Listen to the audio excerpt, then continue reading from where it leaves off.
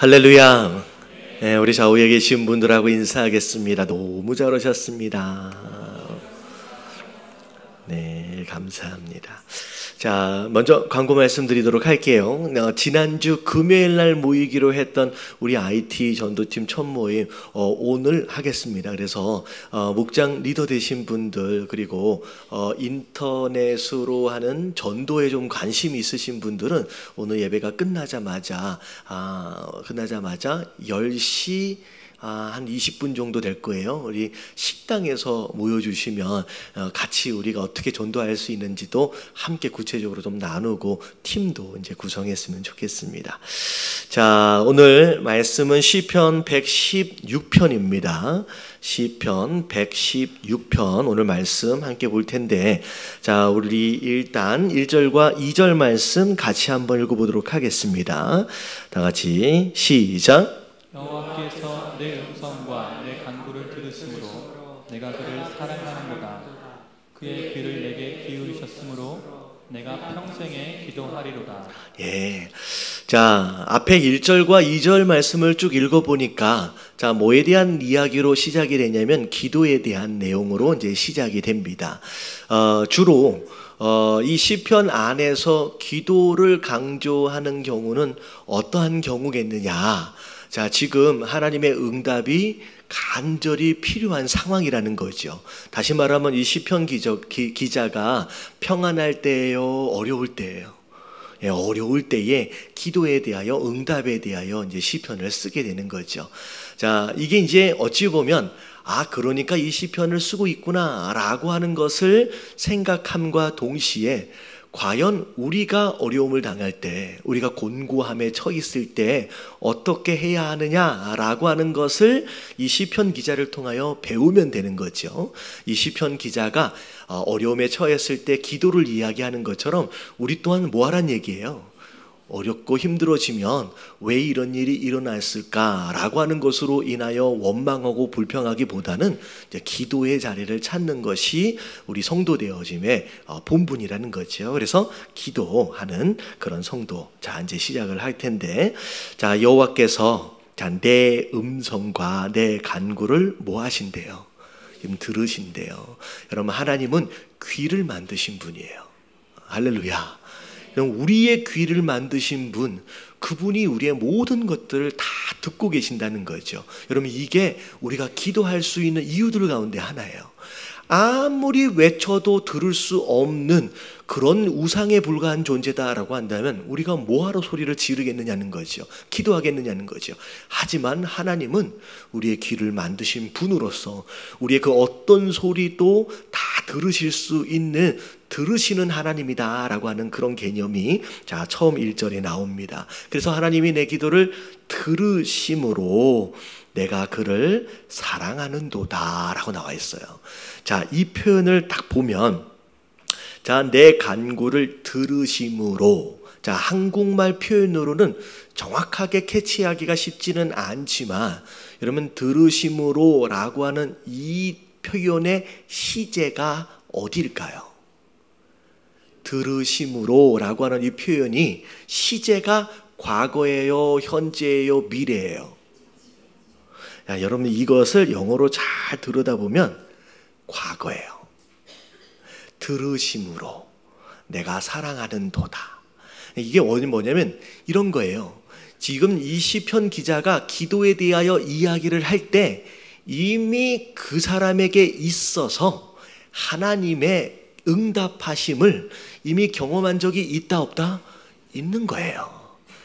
그때도 응답하셨고 그때도 응답하셨고, 그래서 들은 하나님의 응답하심에 대한 경험들이 있어진 가운데, 그러니까 나는 하나님을 뭐 할 수밖에 없는 거예요. 내가 사랑할 수밖에 없다라고 이야기를 하면서 시작을 합니다. 그래서 1절서부터 6절까지 쭉 이어서 내려가는 모든 시제는 다 과거예요. 이 이야기가 사실은 이렇게 풀리는 거예요. 지금 내가 문제를 만났어요. 과연 이 문제를 어떻게 해결할 것이냐라고 하는 부분에 대한 이 문제의 해답을 어디서 찾는 거예요? 과거에서 찾는 거예요.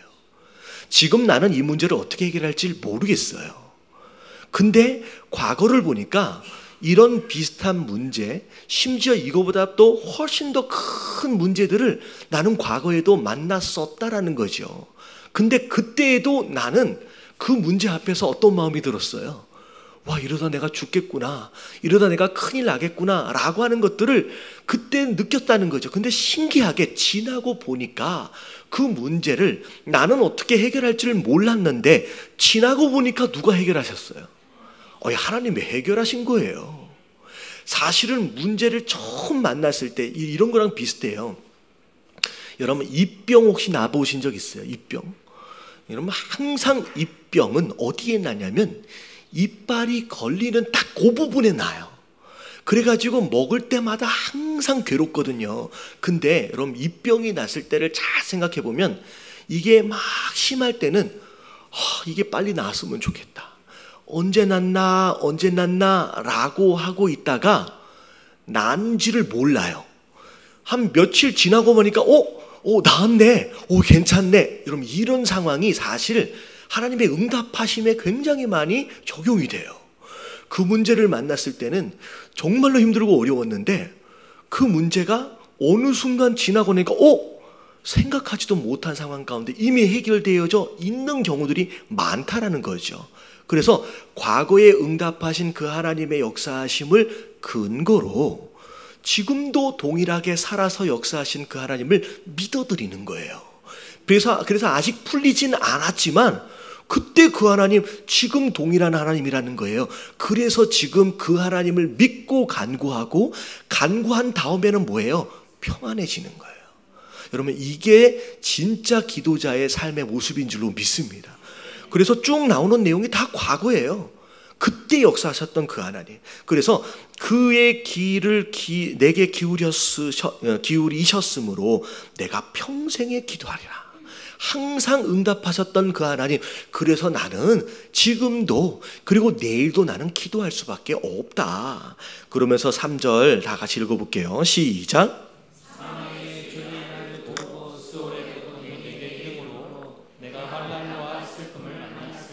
자, 사망의 줄, 수월의 고통, 이건 어려운 상황이에요.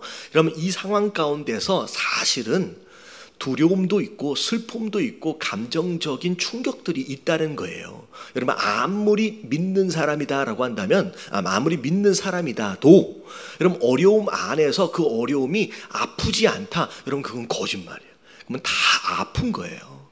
그런 상황이에요. 환난과 슬픔을 만났어요. 다 아파요. 근데 그때 내가 여호와의 이름으로 기도하기를 여호와여 주께 구하오니 내 영을 건지소서 하였도다. 하나님 살려달라고 그냥 구한 거예요. 여러분, 기도를 여러분 되게 거창하게 하려고 애쓰지 마세요. 물론 기도를 자주 하다 보면 기도가 늘게 되어 있지만 여러분, 기도의 가장 핵심은 뭐라고 생각하시면 되냐면 물에 빠진 사람이 뭐라고 해요? 그냥 한국말이고 영어고 뭐라고 할 필요가 없이 그냥 살려줘라고 그냥 나오는 거예요. 영어로 뭐라 그럴까요? help me라 그럴까요?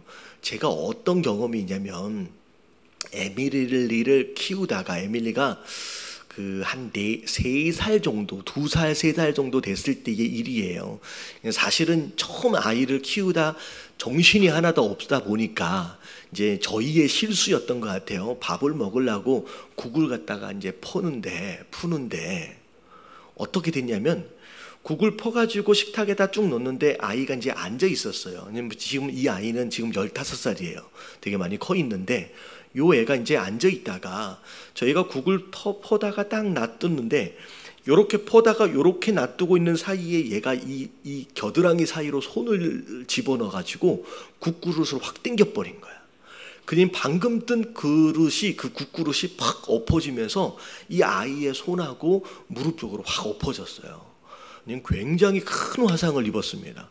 사실은 이게 어떻게 보면 손의 기능이 제대로 될 수 있을까를 검사를 해야만 할 정도로. 근데 요 아이를 물에다가 차가운 물에다가 일단은 냉기로 이렇게 딱 식힌 다음에 응급실로 이 아이를 데리고 이제 차를 타고 가는 거예요. 근데 응급실 쪽으로 딱 들어가서 배를 누르는데 제가 이 배를 누르는 순간 저기서 받는 누군가를 향하여서 제가 영어로 되게 근사하고 멋있게 문 좀 열어주세요. 우리 아이가 다쳤어요.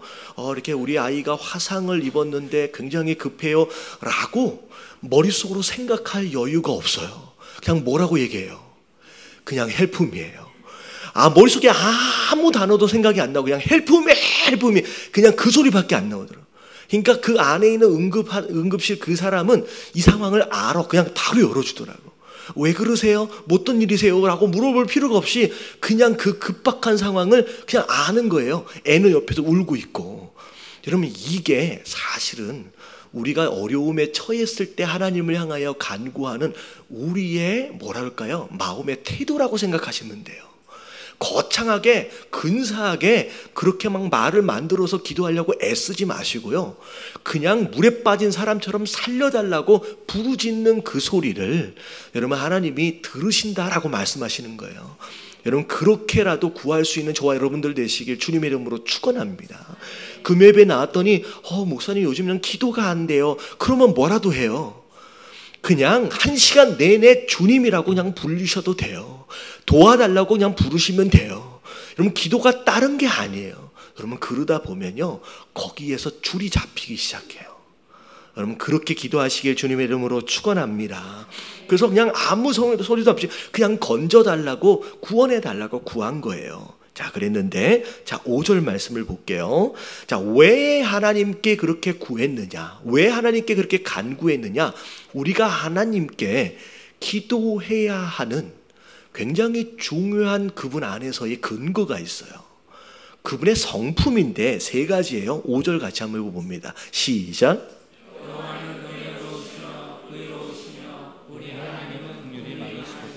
자, 3가지예요. 첫 번째가 은혜롭고, 두 번째가 의롭고, 그러면 세 번째가 긍휼이에요. 여러분, 이게 하나님의 우리의 삶에 응답하시는 뭐랄까요? 응답의 기준이라 그럴까요? 이게 3가지예요. 자, 은혜. 여러분, 우리 예담교회 표현으로 정의해 볼게요. 자, 은혜가 무슨 뜻이에요? 자, 시작.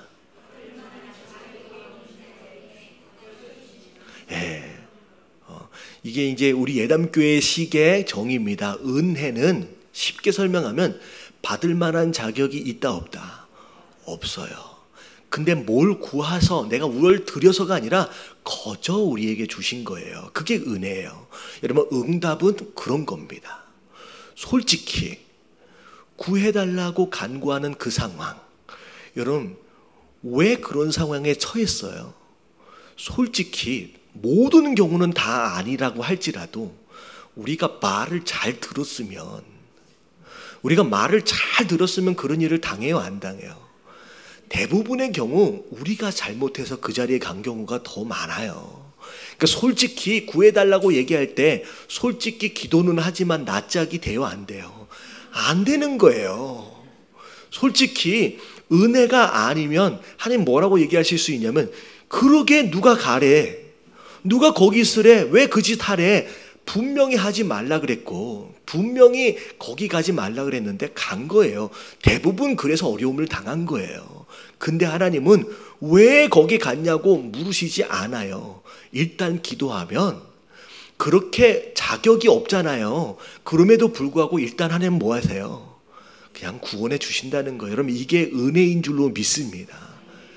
예, 자격을 생각하기 시작하면요, 여러분 간구할 수가 없어요. 왜냐하면 하나님 이거 해주세요, 저거 해주세요 라고 구할 때 과연 내가 그것에 대하여 응답을 받을 만한 자격이 있느냐? 아니요, 예초에 없어요. 그래서 첫 번째 하나님의 응답하심에 대한 굉장히 중요한 기준은 은혜예요. 나는 받을 만한 자격이 없는데 그냥 하나님이 거저 주시겠다라고 말씀하셔서 그래서 그 은혜를 붙잡고 기도하는 거예요. 여러분, 그렇게 자격 생각하지 않고 여러분 그냥 구하시길 주님의 이름으로 축원합니다. 근데 일단 구하면 다 주시느냐? 그렇진 않아요. 주시기도 하고 안 주실 수 있어요. 그 기준이 뭐냐면 의예요, 의. 하나님, 제가 이번에 뭐예요? 도박을 하고 있다고 생각해 보세요. 한 건만 되게 해주세요. 내가 이번만 대박이 나면 이게 뭐예요? 저는 이제 잘 모르는데 어쨌든 장땡을 잡아가지고 뭐 있는지 모르겠는데 여기서 대박이 나서 이겨서 이번에 대박이 나면 다음부터는 안 하고 이젠 진짜 그리고 여기 11조 할게요. 막 이런 얘기. 여러분 응답하실까요? 안 하실까요? 여러분 안 하셔요. 여러분 아무 기도에만 응답하시는 게 아니라는 거죠. 여러분 의라고 하는 기준이 있어요. 의라고 하는 기준이 있어요. 우리 학생들 같은 경우, 뭐 학생들이 없지만 학생들 같은 경우에 이렇게 컨닝을 해. 근데 하나님 오늘은 안 들키게 하여 주시옵소서. 여러분 이런 기도에는 응답하시지 않는 거예요. 그래서 여러분들 기도할 때 여러분 이 하나님의 의로우심을 여러분 훼손시키는 기도의 제목들은 여러분 하나님을 모독하는 거예요. 여러분 내가 노력하지 않고 거저 무엇인가를 그래서 하나님의 의로우심과 공의로우심을 훼손시키는 기도는 여러분 그에 합당한 이 성도 되어진 자로서의 기도가 아니다는 거죠. 그래서 여러분 기도할 때 이게 의로움에서 벗어났느냐 아니냐라고 하는 것을 여러분 구별하시길 주님의 이름으로 축원합니다. 그리고 세 번째가 뭐예요? 긍휼이에요. 물론 이제 은혜하고 비슷한 개념일 수 있지만 긍휼은 무슨 뜻이냐면 불쌍히 여기는 거예요. 여러분 자꾸 기도할 때 무슨 일이 생기면 하나님 그래도 내가 열심히 뭐 하지 않았습니까? 예배도 안 빠졌고 뭐 열심히 봉사도 한 것 같고 뭐 헌금도 뭐 한 것 같고 하나님 나한테 이러시면 안 되죠.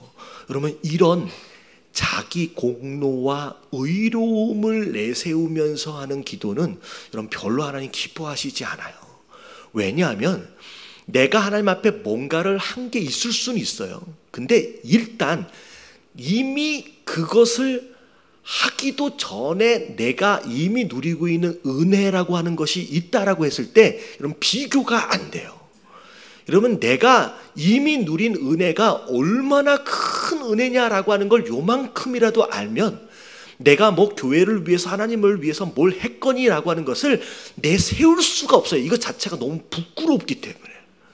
여러분 진짜 하나님의 은혜, 내가 지금 무슨 은혜를 누리고 있는지에 대하여 요만큼만 알면요 여러분 자기 공로를 절대 내세울 수 없어요.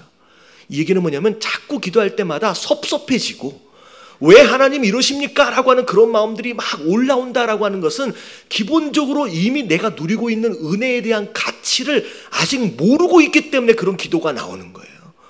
여러분 그 은혜를 여러분 먼저 합당하게 감사하시길 주님의 이름으로 축원합니다. 여러분 그게 누려지면요, 그게 이해가 되면요, 이거는 창피해서 못 내놓는 거예요. 그래서 절대 기도할 때 물론 다윗도 종종 하나님께 그런 거 얘기할 때가 있어요. 근데 그것으로 인하여 은혜를 받는 게 아니라 그냥 기본적인 하나님의 은혜는 우리의 공로를 근거한 게 아닌 하나님의 불쌍히 여기심에 근거한 응답이다라고 하는 걸 여러분 깨달아지시길 주님의 이름으로 축원합니다. 그냥 하나님 앞에서는요 그냥 불쌍히 여김을 받는 거예요. 하나님 불쌍히 여겨달라고. 여러분 그게 6절에 나와 있어요. 자 같이 한번 읽어볼게요. 다 같이 시작.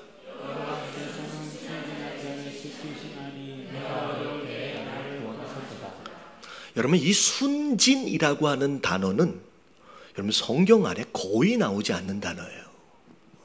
여러분 보통 순전이라고 얘기하고 이건 뭐 다른 표현들이 있는데 아니 웬 순진? 여러분 순진이 무슨 뜻인 것 같아요?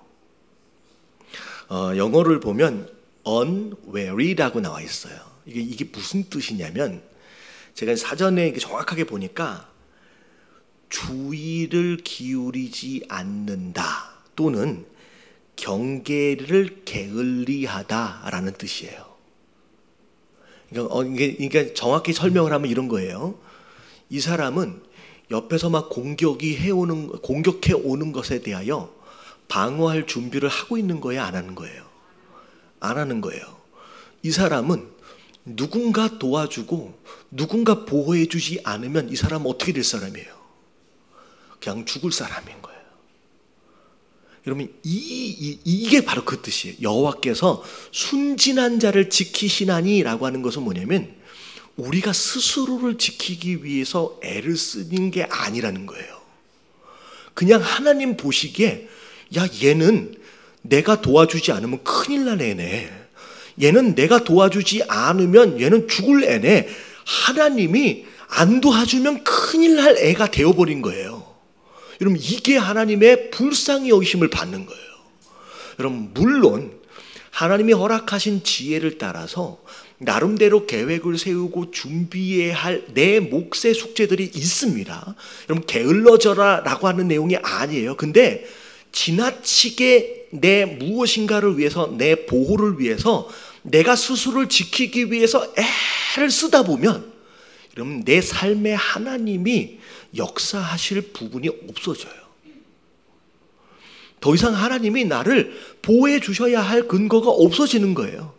오히려 다윗은 하나님의 이 다윗이 쓴 건지는 모르겠지만 이 시편 기자는 하나님 보시기에 너무 순진해. 얘는 가만히 내버려두면 큰일 날 애처럼 보이는 거예요. 그러니까 하나님이 얘를 아예 찍어놓고 아예 보호하시기로 작정해 버리시는 거예요. 그래서 지나치게 내가 뛰어나진 못한 것 같은데 내 삶의 이 순진한 부분 이런 부분이 있다라고 한다면 할렐루야 하나님이 도와주실 부분들이 있구나라고 여기시면서 여러분 오히려 감사하시길 주님의 이름으로 축원합니다. 여러분 그 부분이에요. 순진하다는 건 하나님이 불쌍히 여기실 수밖에 없는. 그래서 내가 어려울 때 나를 구원하셨도다. 이거 과거잖아요. 순진했어요. 그래서 나는 스스로를 보호할 수가 없어요. 보호하지 못하다 보니까 하나님 지금까지 계속 나를 구원하시고 지켜주셨다라는 거죠. 그런 가운데 여러분 이 말씀을 통하여 우리가 한 두 달 전에 함께 나눴던 말씀을 기억해야 돼요. 죄를 짓고 나서 우리 마음 가운데 두려움이라는 게 들어왔어요. 그러다 보니까 우리의 본성이 이 두려움을 근거로 자꾸 자기를 보호하려고 해요. 이 보호하려고 하는 이 시도가 오히려 하나님 앞에서는 욕심이 돼버리고요. 우리가 하나님 앞에서는 교만이 돼버려요. 자기를 지키기 위한 이 시도가 오히려 자기를 포장하기 시작하고 가면을 쓰기 시작하고 거짓말하기 시작하고 이런 것으로 나타나는 거예요. 여러분 자기는 자기가 지킬 수가 없어요. 여러분 살아보시니까 이게 안 되잖아요. 근데 내가 나를 지킬 수가 없는데 내가 나를 지켜보려고 막 애를 쓰다 보니까 여러분 그 애 쓰는 것 자체가 하나님 앞에서는 범죄하는 게 되는 거예요. 거짓말로 나를 포장을 하게 되고 욕심을 부리면서 막 뒤에다 쌓아놓으려고 하고 왜냐하면 걱정되니까 이게 없어지면 내가 큰일 날 것 같으니까 자꾸 나를 포장하고 가식적으로 나오고 여러분 이게 하나님 앞에서 오히려 범죄가 되는 거예요. 여러분 오히려 자기를 지키려고 애쓰시면서 오히려 범죄하는 자의 길로 들어서지 마시고 오히려 순진하게 하나님이 아니면 나는 살 수가 없습니다 라고 그냥 순진하게 나가는 것이 여러분 제일 좋은 방법이다라는 걸 여러분 깨달으시길 주님의 이름으로 축원합니다. 그러면서 자 그렇게 구원하셨대요. 그랬더니 7절 다 같이 읽어볼게요. 시작.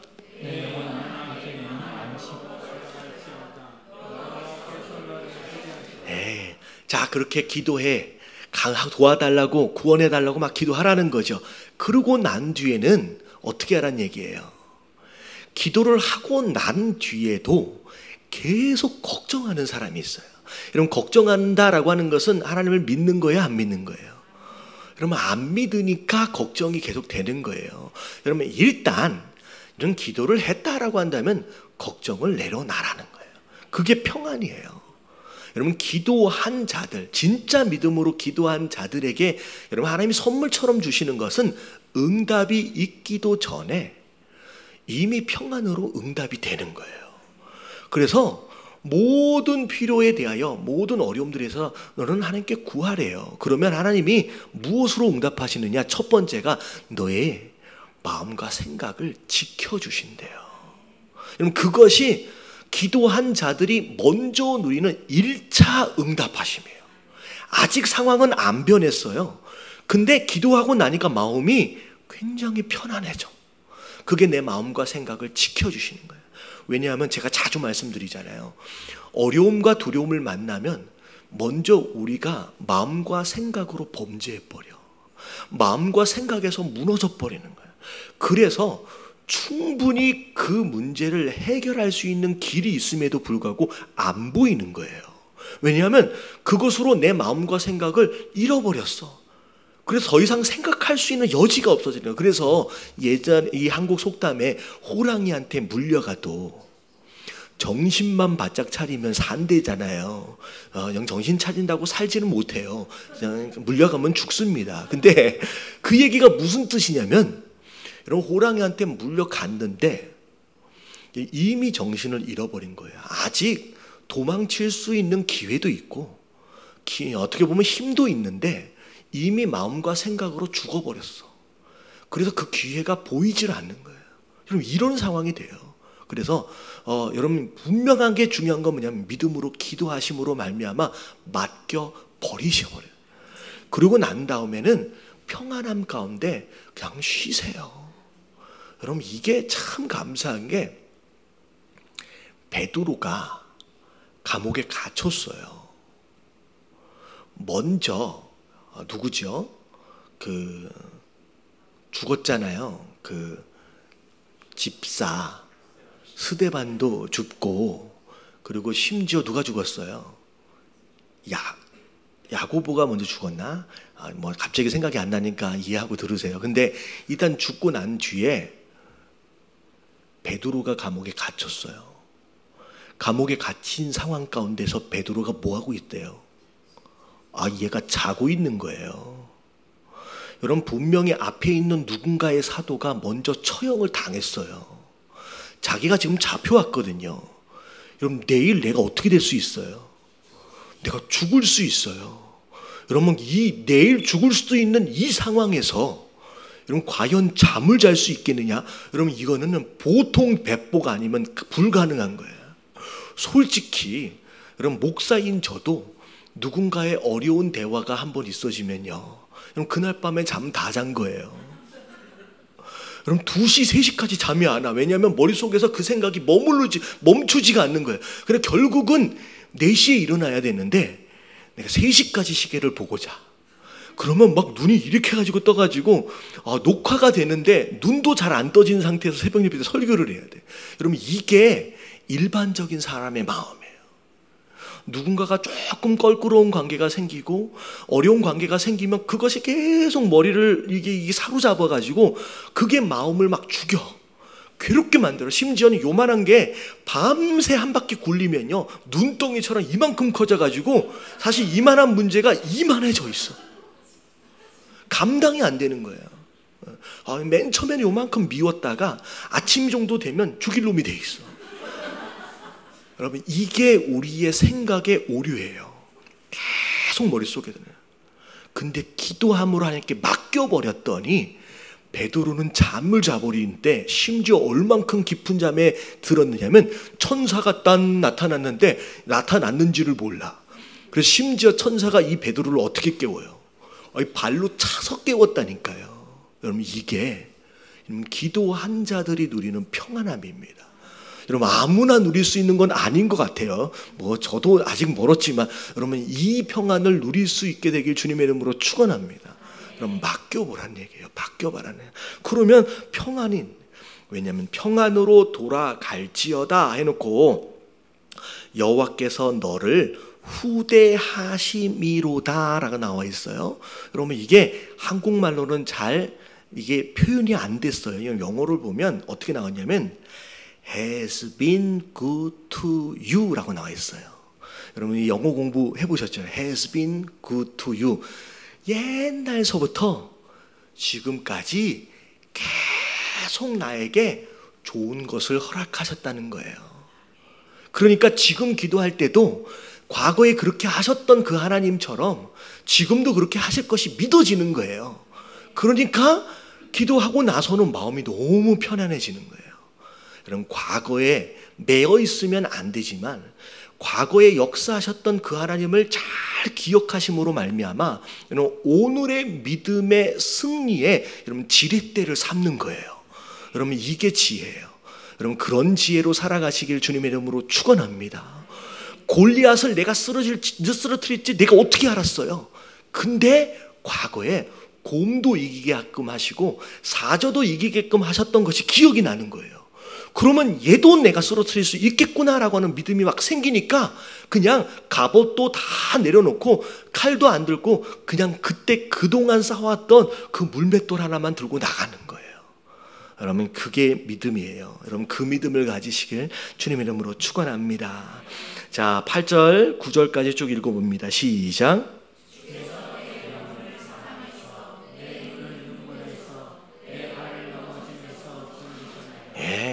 동안 어떻게 보면 되게 고생 많이 한 사람입니다. 그동안. 자, 9절 시작. 내가 살아있는 동안에 하나님이 허락하신 그 생명 그리고 그 땅에 내가 머물러 있는 동안에는 그냥 나는 누구 앞에만 있겠다. 내가 하나님 앞에만 있겠다는 거예요. 이런 게 중요해요. 이러면 하나님 앞이라고 하는 것을 여러분 필요할 때만 찾지 마세요. 여러분 하나님 이런 보통 그렇잖아요. 필요할 때는 하나님이 너무 욕이네. 근데 필요하지 않을 때는 하나님이 되게 불편해. 무슨 얘기인지 아시겠어요? 누가 그런 얘기를 하는데요. 엄마 앞에서. 그러니까 어머니라고 하는 것이 사실 사춘기가 넘어서 제법 크고 나면 어떻게 보면 필요할 때는 그렇지만 어머니 앞에서는 또 불편한 것들이 있잖아요. 그러니까 하나님 앞에서 항상 머물러 있겠다라고 하는 것은 내가 필요할 때만 찾는 자들이 아니라 내가 어느 때든지 그분 앞에서 그냥 내가 머물러 있겠다라고 하는 거. 여러분 이게 여러분 건강한 신앙이에요. 여러분 종교와 신앙의 차이에 굉장히 중요한 기준들 중에 하나가 뭐냐면 내가 하나님을 무엇으로 여기느냐. 마치 내가 문제가 생길 때마다 내가 원하는 것을 들어주는 요술 램프의 지니처럼 여기고 있느냐. 여러분 이거는 종교 생활이에요. 그거 문제가 있든 아니든 상관이 없이 나는 그 하나님과의 온전한 관계 안에서 머물러 있기를 원하느냐. 여러분 이게 진짜 신앙생활임을 여러분 깨달으시길 주님의 이름으로 축원합니다. 자, 그래서 10절 11절 쭉 읽어봅니다. 시작.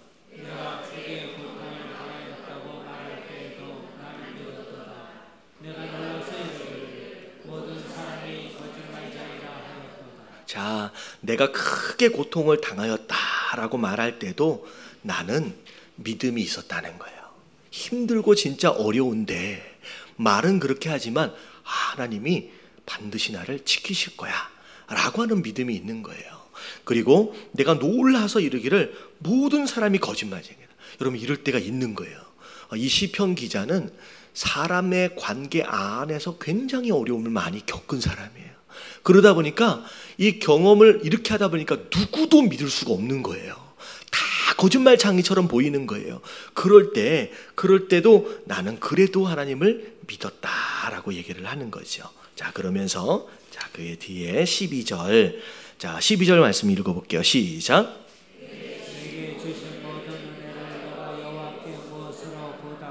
자, 완전히 11절과 12절이 완전 달라졌어요. 11절까지는 막 되게 힘들었어요. 막 괴로워요. 그런 가운데 과거에 응답하셨던 그 하나님을 생각하면서 그래, 하나님 나한테 응답하실 거야 라고 막 믿음이 막 생기는 거예요. 근데 응답하실 하나님에 대한 생각이 막 마음으로 충만해지는 순간 뭐가 생각이 나냐면 그동안 내가 받아 누렸던 그 하나님의 은혜가 생각이 나는 거예요. 그 하나님의 은혜가 생각이 나니까 내가 가만히 있을 수 없는 거예요. 내가 하나님 앞에 뭐라도 해야 되는 게 아니야. 여러분 교회 안에서든 어디에서든 이런 봉사를 하고 하나님 앞에 헌신하는 그 모든 것은 누군가의 강요에 의하여 억지로 하는 경우들이 되어지지 않고 사실은 은혜로 인하여 정말 빚진 자의 마음, 내가 보답하지 않고는 견딜 수 없어 하는 그런 마음에서 나오는 여러분 순종이 되어야 하는 줄로 믿습니다. 하기 싫어 죽겠는데 억지로 그냥 떠밀려서 하는 그런 형태가 아니라 기회가 주어져요. 그러면 내가 당연히 해야지. 내가 당연히 해야지. 왜? 뭐가 많아요? 여러분 우리가 하나님 앞에 빚진 게 너무 많아요. 그것 때문에 보답하고 싶은, 감사하고 싶은 그런 마음에서 자발적으로 행동들이 나오는 거라는 거죠. 그런 거예요. 그러면서 여러분 이게 지금 아직 응답이 됐는지 안 됐는지도 몰라요.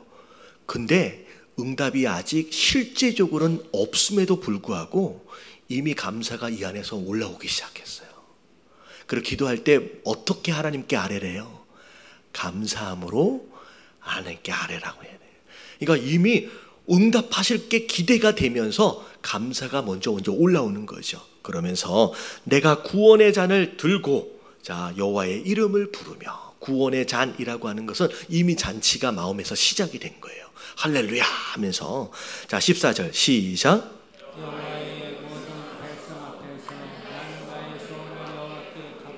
자, 옆에 계신 분들에게 인사 좀 해주세요. 약속을 지키시길 바랍니다. 자, 이게 왜 갑자기 등장했느냐? 내가 하나님 앞에 뭔가를 보답해야지 라고 막 생각과 감사가 올라오는 순간 무슨 생각이 나냐면, 그때 그 시절 내가 분명히 하나님 이것에 응답하시면 하나님 내가 이렇게 할게요 라고 하나님과 약속한 게 생각이 나는 거예요. 그래서 한국 속담에 화장실 들어갈 때 마음 다르고 나올 때 마음 다르다고, 급할 때는 뭐라도 다 줄 것처럼 하여튼간 그래 놓고 응답이 되고 나니까 까마득하게 잊어버리는 거예요. 근데 감사하려고 하다 보니까 그 약속이 생각이 나네. 내가 그때 분명히 하나님하고 약속했는데 그럼 약속을 안 지키고 그냥 지금까지 와버린 거예요. 그게 많은 거예요. 여러분 많을 거예요. 여러분 약속을 지키시길 주님의 이름으로 축원합니다. 여러분 약속 안 지켰다고 하나님이 지키라고 빚쟁이처럼 막 쫓아다니시진 않지만 그래도 하나님 기다리고 계시는 거예요. 기다리고 계시는 거예요. 그래서 제가 한 가지 예를 들어드릴게요. 우리 이제 집사님 중에 한 분인데, 예전에 젊었을 때 정확하게 제가 그때 이제 집사님 간증을 하셨는데 그 내용이 조금 다를 수는 있어요. 이제 기억이 조금 오차가 있어서, 예전에 무슨 큰 집회 빌리그람 목사님이나 이렇게 오셔서 큰 집회 때 젊었을 때 막 은혜를 받았어. 그래서 하나님 앞에 약속한 게 있어. 하나님 제가 선교사로 하나님 선교하겠습니다. 막 그런 마음으로 하나님께서 응답을 그 마음을 주셔서 하나님께 약속을 한 거예요. 그러고 나서 어떻게 됐을까요? 살다 보니 그냥 까맣게 잊어버리고 산 거야. 그러고 나서 몇 년이 지났을까요? 벌써 30년, 40년이 지나버렸어. 근데 우리 탄자니아 선교팀을 꾸리면서 서로 어떻게 이렇게 가게 됐는지 서로 이제 간증하고 서로 은혜를 나누는 시간들이 있는데, 지금 내가 탄자니아로 가게 되는 게 내가 30-40년 전 했던 그 하나님과의 약속을 이제야 지킬 것이라고는 생각을 못했다는 거예요. 그래서 내가 지키기로 내가 선교를 가게 됐다라고 얘기하는 거예요. 여러분 예전에 내가 정말로 어렸을 때 했었던 약속이 있었더라도 여러분 하나님은 다 기억하고 계세요. 빚쟁이처럼 그걸 내놓으라고 쫓아다니시진 않지만 그럼에도 불구하고 하나님은 오늘도 기대하고 계십니다. 여러분 그 약속을 여러분 생각해 보세요. 내가 지키지 못하고 미뤄서 수십 년 동안 묵혀왔던 그 약속들이 뭐가 있었는지를 여러분 기억하시는 가운데 여러분 할 수 있는 대로 최대한 약속을 지켜보시길 주님의 이름으로 축원합니다. 그래서 갑자기 생각이 난 거예요. 약속했던 게 그럼 내가 얘가 갚아야지 라고 생각이 되는 거예요. 그러면서 그의 경건한 자들의 죽음은 여호와께서 보시기에 귀중한 것이로다. 여러분, 이 15절의 이 말씀은 뜬금없이 등장한 죽음이라고 하는 표현으로 인해서 조금 어울리지는 않습니다. 근데 조금 해석하기 어렵지만, 여러분, 죽음이라고 하는 것 자체는 살아있는 자만이 경험할 수 있는 거예요. 무슨 얘기인지 알죠? 무엇인가가 죽었다라고 하는 것은 죽음이 있기 전에 그 사람은 뭐 하는 거예요? 살아있었다는 거죠. 그럼 이런 거예요. 살아가고 있는 동안에 어떻게 살았어요? 경건하게 살았어요. 여러분, 경건은 여러분, 이게 뭐라고 나와 있냐면 faithful이라고 나와 있어요. 신실하다, 약속을 지켜온 자들이에요. 그 자들의 삶, 그렇게 살다가 죽은 거, 여러분, 그 삶 자체를 여러분 하나님께서 귀중하게 여기시는 거예요. 여러분, 왜냐하면요, 여러분, 죽음이 끝이 아니거든요. 그래서 제가 무슨 말씀을 드렸냐면 질문이었어요. 여러분, 이 땅의 삶이 중요할까요? 아니면 저 세상의 삶이 중요할까요? 이게 처음 들으시는 질문이라고 한다면 굉장히 당연히 저 세상 아닌가라고 대답을 하실 거예요. 조금만 더 생각해보고 답을 해보세요. 여러분, 이 땅의 삶, 잠깐 살다가 이 땅의 삶이 중요해요? 영원한 저 세상이 중요해요?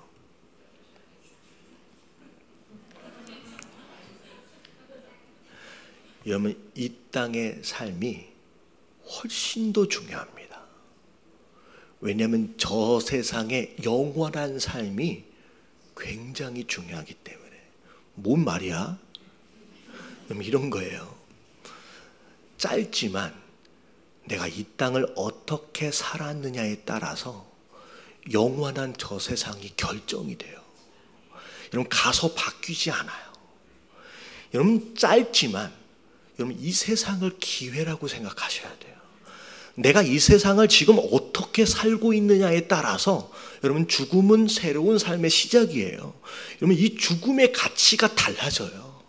내가 이 세상을 그냥 이 땅에 코박고서 그냥 이게 전부인 것처럼 매달려서 살았다. 고생은 했지만 죽음으로 인하여 새롭게 시작되어지는 저 영원한 세상의 삶이 이런 보장이 안 돼요.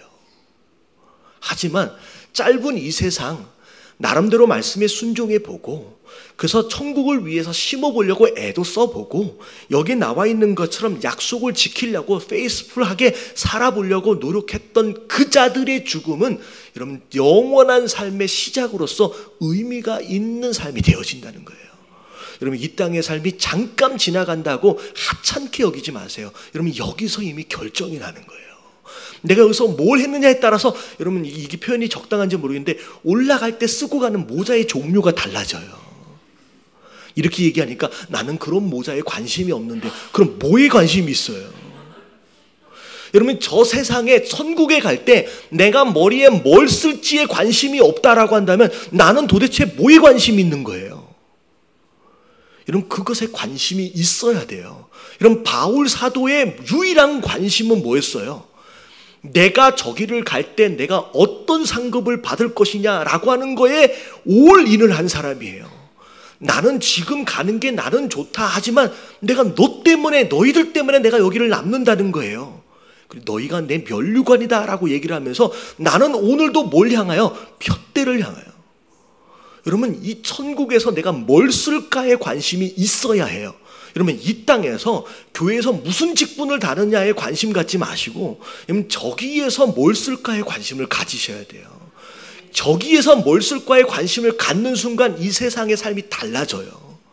내가 뭐에 집중할지가 달라지는 거예요. 여러분, 교회 안에서 여러분 전도하시고 영혼을 구하시고 구원하시고, 여러분 그 영혼을 돌보십시오. 여러분, 그게 저기에서 상급이에요. 여러분, 불필요한 다른 것들에게 여러분 마음과 생각을 빼앗기지 마세요. 자꾸 쓸데없는 것에 시간과 에너지를 낭비하는데 그것 때문에 교회 안에서도 막 싸우잖아요. 여러분, 다 쓸모없는 일이에요. 여러분, 그거 잘해서 이긴다고 저기에서 상급 받느냐? 여러분, 그거는 오히려 가서 혼날 일이에요. 교회 안에서 뭐가 하고 뭐사 다 하나님 편이래. 다 자기가. 여러분 그거하고 싸워가지고 분쟁하고 시끄러워지면요, 여러분 저기 가서 혼날 것밖에 없어요. 그냥 여러분들이 내가 여기에서 뭘로 상급을 살 수 있을지에 집중하세요. 여러분 그게 뭐예요? 제일 좋은 방법이 영혼을 구하세요. 그리고 구한 그 영혼을 돌보세요. 그럼 그게 여러분들의 면류관이 돼요. 그게 의로운 삶이 되는 거예요. 그래서 그 경건한 자의 죽음이 하나님 보시기에는 뭐예요? 귀해요. 왜? 그가 이 땅 잠깐을 살았어도 의미 있는 삶을 살았기 때문에 그의 죽음이 귀할 수밖에 없는 거예요. 갑자기 약속을 갚겠다라고 얘기를 하면서 자기는 죽을지언정 내가 이 땅을 약속을 지키며 살겠다고 그냥 얘기를 한 거예요. 할렐루야. 여러분 뭐가 중요한지를 알고 여러분 거기에 집중하시게 되길 주님의 이름으로 축원합니다. 뭐가 중요한지를 모르니까 쓸데없는 곳에 내 시간과 에너지를 많이 낭비하며 산다는 거죠. 자, 그리고 16절. 자, 다 같이 시작.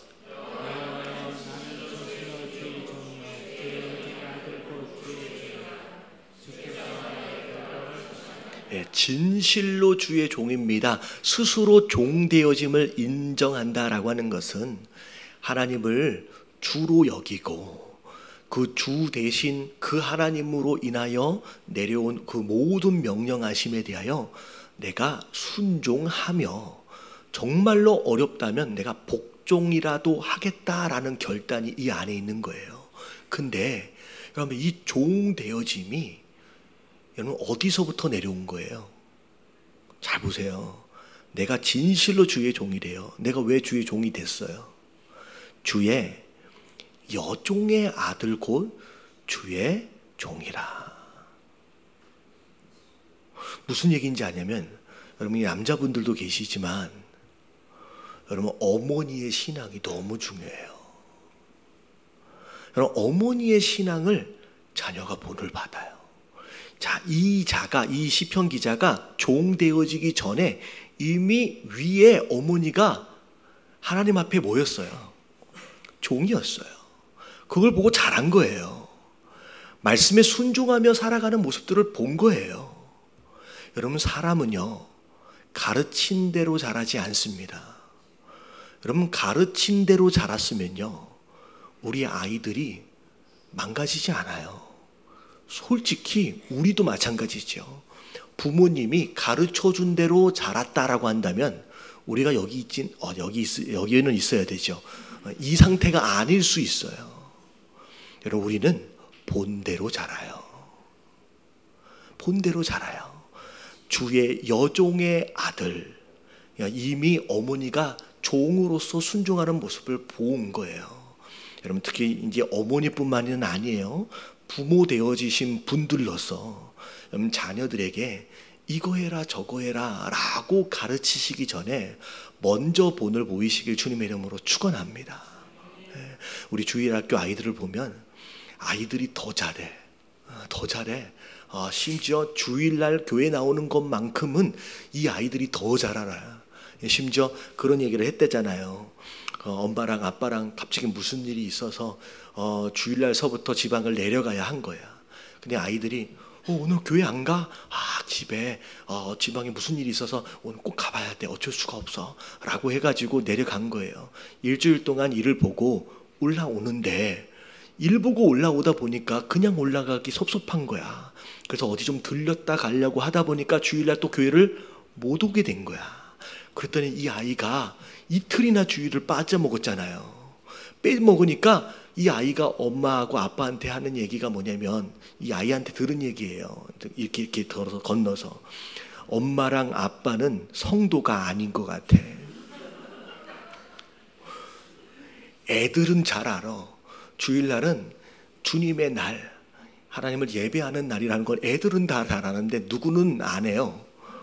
어른은 안 해요. 이런 핑계 저러면. 그래서 이 아이의 한마디로 뒤통수를 맞은 것 같다는 거예요. 엄마하고 아빠는 성도가 아닌 것 같아 라고 얘기를 들었다는 거예요. 그리고 어떤 아이가 하는 얘기가 뭐냐면 자기는 찬양을 하는 게 너무 좋다는 거예요. 근데 찬양을 할 수가 없다는 거예요. 왜냐하면 우리 엄마하고 아빠는 맨날 교회에 늦어. 그러니까 11시에 찬양이 시작되는데 교회 와보면 몇 시예요? 11시 반이야. 그래서 나는 찬양을 왜 못해? 라고 해가지고 너무 찬양을 하고 싶다고 엄마한테 하소연을 했대. 그래서 그 얘기를 듣고 내가 늦으면 안 되겠다고 생각하는 거예요. 여러분, 그러면 안 돼요. 여러분, 아이에게 여러분 너는 잘 배워야지, 너는 잘 커야지. 여러분, 교육부에 이번에 여름 성경학교에 아이들이 몇 명이 참석했냐면 거의 90명 가까이 참여했어요. 굉장히 어떻게 보면 우리 아이들의 거의 90%가 참여를 다 한 거야. 근데 어른들은 관심이 없어. 교회에서 캠프를 하든 뭘 하든 관심이 없어. 그냥 애 딱 떨어뜨려 놓고 가버려. 그러면 이게 무슨 얘기냐면 애들을 잘 키우면, 그렇게 하면 애들이 잘 자랄 것 같지만 여러분, 그렇지 않아요. 부모 되어진 자들로서 내가 교회에서, 가정에서 어떻게 행하고 있는지를 아이들은 보게 돼 있어요. 이 아이는, 이 시편 기자는 어머니가 먼저 하나님 앞에 순종하는 걸 본 거야. 그래서 그 여종의 아들로서 내가 종되어져 있다고 라고 얘기를 하는 거예요. 여러분, 이 아이들로부터 내 신앙은 엄마를 닮았어, 내 신앙은 아빠를 닮았어 라는 소리를 들으시길 주님의 이름으로 축원합니다. 자꾸 나 닮아서 똑똑하느니 아니니 이런 얘기 하지 마시고요. 예, 자꾸 부부끼리 서로 얘기해요. 넌 당신 닮아서 머리가 안 돌아가는 것 같다고. 여러분, 그게 그런 얘기가 아니면 그럴 수 있어요. 그럴 수 있어요. 그 얘기가 아니라 나 닮은 자로서 신앙인이 돼야지. 여러분, 그걸 물려줘야지요. 여기서 어마어마한 진리가 있는 거예요. 어머니가 먼저 종이 되니까 그의 아들은 자연스럽게 종이 되는 거예요. 그걸 보고 자랐기 때문에. 여러분, 부모가 먼저 솔선수범하시고 순종의 모델을 보여주시고, 여러분, 이게 너무 중요해요. 여러분, 교회도 마찬가지예요. 가정 안에서 부모가 먼저 잘 본이 되어져야 하는 것처럼 교회도 마찬가지예요. 이렇게 장로님들, 집사님들 이렇게 연령대를 따라서 우리가 있잖아요. 그럼 먼저 가고 있는 저를 비롯해서 먼저 가고 있는 믿음의 선배들이 따라오고 있는 후배들에게 있어서 본이 될 수 있는 삶을 살아야 하는 줄로 믿습니다. 어려운 이야기지만 여러분, 그게 굉장히 중요해요. 그래서 가정에서도 그런 것처럼 교회 안에서도 나는 저 장로님처럼, 난 저 전사님처럼 나는 되고 싶다 라고 여겨질 수 있는, 여러분, 그런 분들이 그게 이제 어르신이거든요. 제가 얘기했잖아요. 여러분, 노인이 있고요, 어르신이 있어요. 노인은 그냥 나이를 먹는 자예요. 이 노인이 나중에 꼰대가 돼요. 여러분, 꼰대가 되면 안 돼요. 여러분, 어르신이 되어야 돼요. 그래서 본을 받고, 그리고 그분의 이야기라고 한다면 경청해서 들을 수 있는 어르신들이 가정 안에서도, 여러분, 교회 안에서도 세워져야 돼요. 그러면 그걸 보면서 잘하라 못하라고 말로 해서가 아니라 나도 저분처럼 라고 하는 좋은 모델링이 생기는 거예요. 여러분, 저를 비롯해서 여러분, 그런 교회, 그런 가정 되어지시길 주님의 이름으로 축원합니다. 그러면서 주께서 나의 결박을 푸셨나이다 라고 하면서 그동안 응답하신, 구원하신 것들을 함께 이야기를 합니다. 자, 17절 18절 쭉 읽어볼게요. 시작.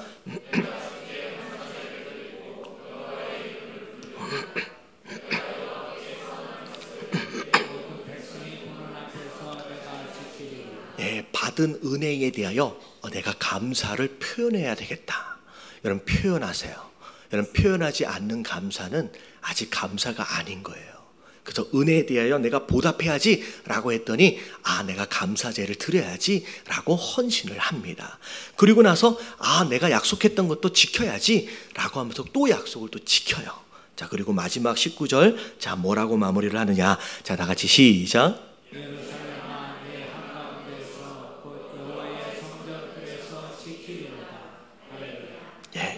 예루살렘아, 네 한가운데서, 이 예루살렘은 하나님의 도시예요. 하나님을 예배하는 장소예요. 그 한가운데서 곧 여호와의 성전 뜰에서 내가 지키겠다. 여러분, 약속은 어떻게 지켜지는 것이냐면 요 예배 안에서 지켜지는 거예요. 그리고 약속이 지켜지는 바로 그것이 하나님 앞에 드려지는 예배가 되는 거예요.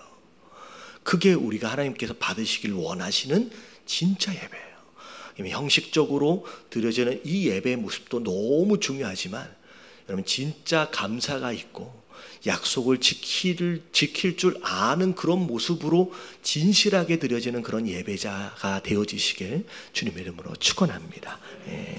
자, 이 말씀 좀 기억하시면서 우리 함께 찬양했으면 좋겠습니다.